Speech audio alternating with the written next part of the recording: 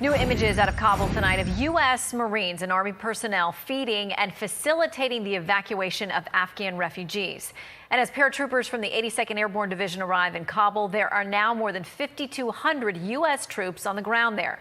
Let's bring in tonight's Bream team to discuss all things Afghanistan. Former foreign policy advisor to the Obama campaign, David Tafuri. Former Army Special Ops intelligence analyst, Brett Velikovich, who served multiple tours in Iraq and Afghanistan. And the host of Lara Logan Has No Agenda, with a new season premiering this Sunday, 10 p.m. right here on the Fox News channel. Lara Logan, welcome to all of you. I want to start with this. Tom Cotton, the senator, Republican, has served in uniform himself. This is his concern tonight. If our government can't even say how many American citizens we have, what's going to stop Joe Biden from rolling up things and flying out on August 31st with thousands of American citizens left behind? Wall Street Journal opinion piece estimates it this way: the return of America held hostage. They say some 15,000 U.S. citizens and residents are behind Taliban lines. There is no easy way to get them out. Brett, you've served in the region. What in the world do we do now? Well, we do the exact opposite of what the Biden administration is doing, is that can actually apply some critical thinking to this. I mean, the way this whole operation was botched from the get-go, I have absolutely no confidence in the upper echelons of the Biden administration to respond rapidly to what has become this major humanitarian crisis. And what's happening right now is just absolutely disgraceful. It's embarrassing to other veterans like myself who have served overseas and in Afghanistan. And the administration is being just dishonest. We are a superpower. We need to act like one.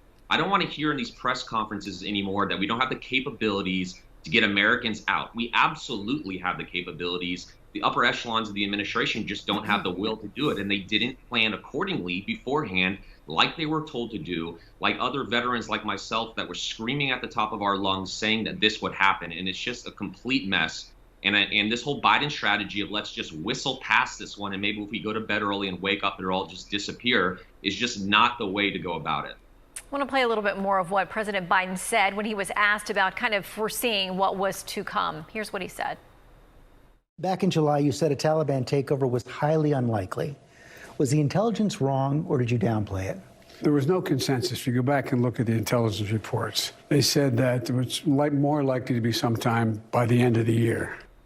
Laura, you know this region. You've covered it. What do you make of his assessment about what intel was saying about what we should have anticipated with the Taliban in this space?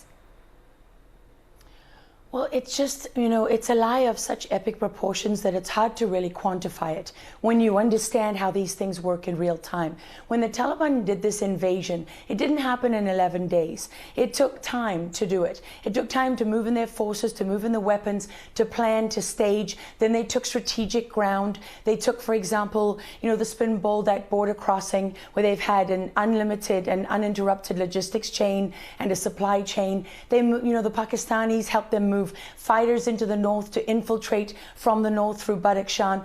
The United States was watching all of this happen in real time. And, even if you could suspend reality and say, okay, maybe they missed it somehow, which is, completely unrealistic.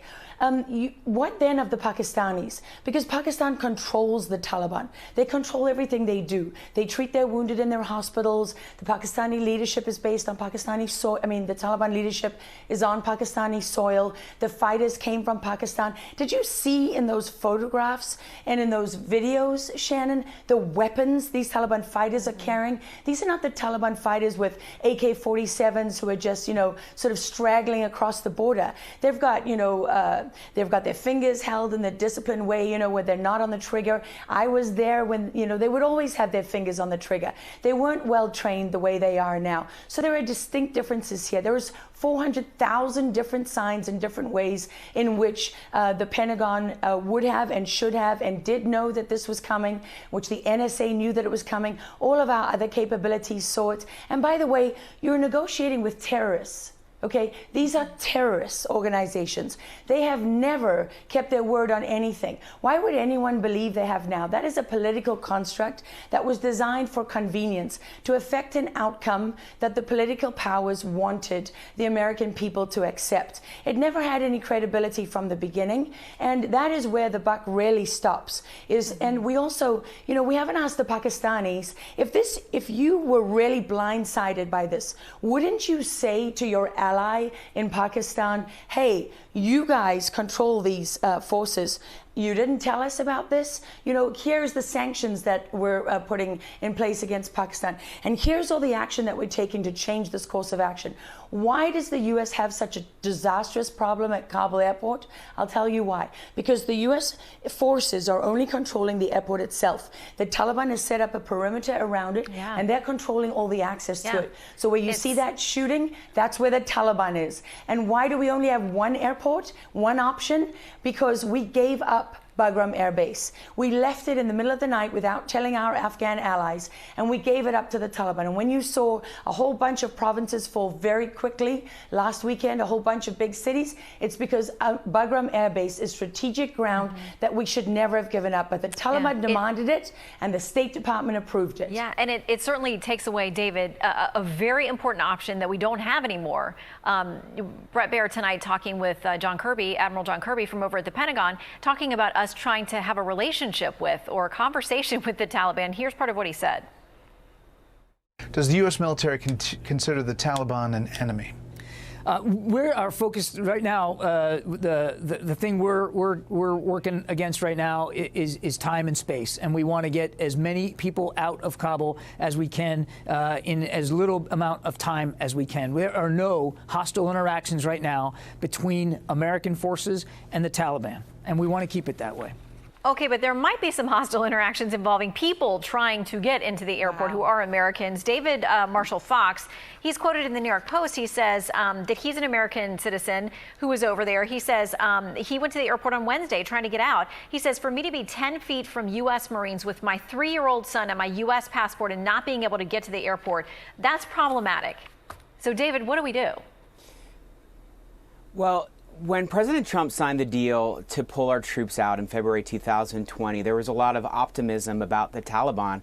And I guess the Biden administration continued to be somewhat optimistic that the Taliban would follow that deal. But we see signs now that they're not going to follow that deal. Yes, they're allowing us to use the airport, and that's good, but they've made it difficult for people to get to the airport. And I think this is a harbinger of what's to come. And there are a lot of people, as the previous reporting suggested, who aren't able to make it to the airport. The U.S. has a really tough question now.